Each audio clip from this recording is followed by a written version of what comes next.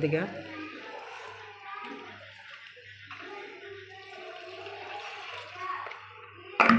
ఇప్పుడు మూత పెట్టుకొని ఒక 3 విజిల్ అయిన తర్వాత గ్యాస్ ఆఫ్ చేసుకుందాం.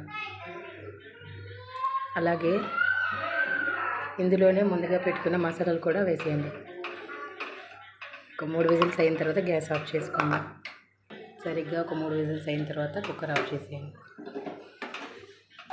ఓకే అండి, 3 విజిల్స్ అయిన తర్వాత గ్యాస్ ఆఫ్ చేసుకొని పక్కన పెట్టుకోండి. విజిల్ చల్లారిన తర్వాత బౌల్లోకి తీసుకోండి. ఓకే అండి, ములక్కాయ మరియు బంగాళదుంప కూర రెడీ అయిపోయింది. మీరు కూడా ఒకసారి ట్రై చేయండి, టేస్ట్ చేయండి. వీడియో నచ్చినట్లయితే లైక్ చేయండి, షేర్ చేయండి. Thank you.